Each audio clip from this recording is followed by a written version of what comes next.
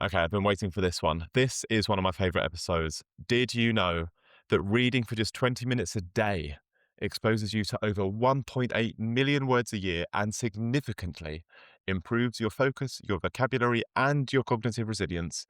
But most adults say, "Oh, I don't have time to read," while spending hours each day consuming short form content on their phones or binging on the latest box set on Netflix.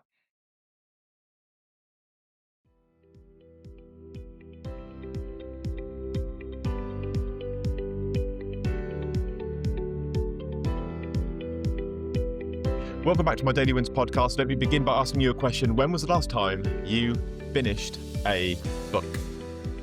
Not a caption, not a headline, not a reel, but a proper book. Because today's daily win is to read for just 20 minutes a day. Not 2 hours, not an entire textbook, just 20 minutes. Because 20 minutes a day compounds like you could not possibly imagine.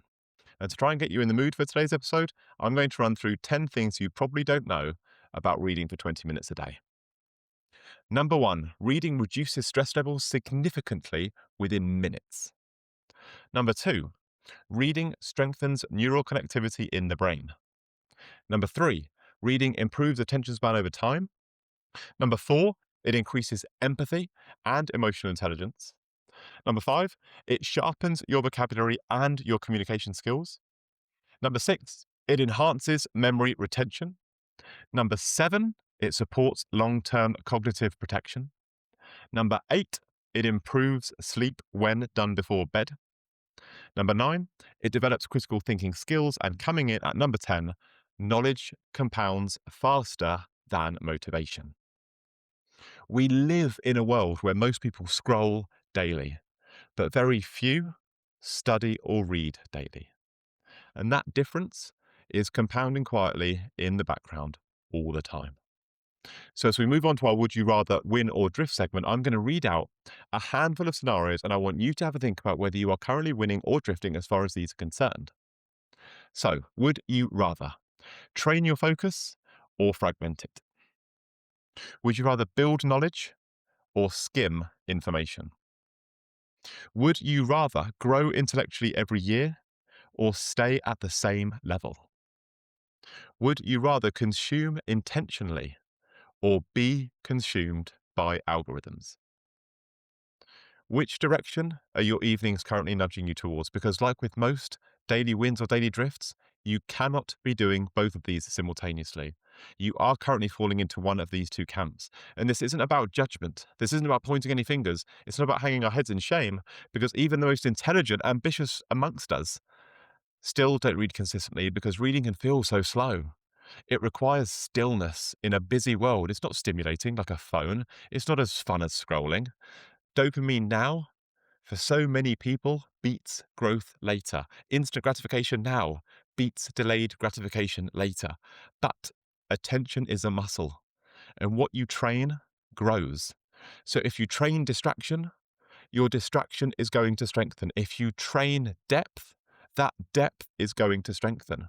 Reading is not just about knowledge. It's also about reclaiming your focus. And if we want to think about what a future version of you looks like, let's picture you 5 years from now. Do you want to be 5 years further down the line still scrolling? Do you want to have attention that's been fragmented that much more by your current activities 5 years on? Do you want to be living a life of shallow consumption, or do you want to be benefiting from 5 years of consistent reading, 5 years of expanded thinking, 5 years of clearer communication, 5 years of better decision making? Which version feels more capable? Please remember, your intellectual identity is shaped by your daily inputs, and scrolling every day versus reading every day can result in you being two completely different people in 5 years' time.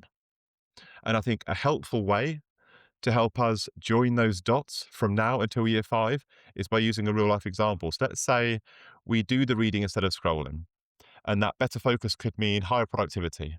It could mean stronger communication. It could mean improved leadership at work. That improved communication and leadership could increase our earning capability. That could improve our decision making. And those better decisions could compound into wealth in various different ways. then you also get the benefits of things like reading also reducing your stress. And lowering your stress also helps your health, your sleep, your performance. You see, books cost almost nothing. Go to the library, they genuinely cost nothing. But the return that you can make on the investment in yourself of reading for 20 minutes a day is truly mind boggling. And if you want a tiny little upgrade, something that you can implement right now, immediately and practically, just pick one book that's lying around your house.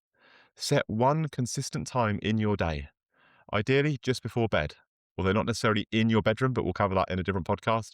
But set a consistent time, ideally soon to close to bed. It can be in bed. You put your phone in another room, set the 20-minute timer and go. Start small. One page leads to another. Literally, you don't need speed. You just need consistency. You don't need to worry about how many pages you get through.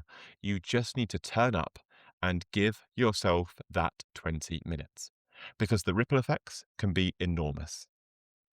So let's go through a hypothetical one. You read daily, so your focus strengthens, your vocabulary improves, your confidence grows, your clarity increases, your ideas expand, your decision-making sharpens. That can come off the back of reading for just 20 minutes, going to bed feeling better and turning up the next day. So extrapolate from that over a week, over a month, over 6 months. That could be the difference between getting a promotion or not. Do it over a couple of years. That could be the difference between you running your own company or not. Do it over 10 years. That could be you living a completely different life to the one that you currently live. Massive, massive long-term ripple effects. And if we go through those ripples for your health, wealth, and happiness, as far as your health is concerned, reading reduces stress. It strengthens cognitive resilience. It may even protect against long-term cognitive decline. It supports your mental clarity and your emotional regulation. For your wealth, improved focus, communication, and knowledge directly impact your earning potential and opportunities in your career. Strategic thinking compounds financial success. From a happiness perspective, reading builds intellectual confidence and empathy. You feel more capable in conversation and more grounded in your perspectives. That depth improves relationships and your self-esteem. These are enormous life-changing ripple effects. And today's truth is that you become what you repeatedly consume. So do you want to carry on consuming what algorithms are feeding you, or do you want to start being someone who feeds your mind intentionally? 20 minutes is all it takes. 20 minutes today, 20 minutes tomorrow, 20 minutes the day after that. I end each episode by asking you a question that you can answer in the comments below, and today's question is this.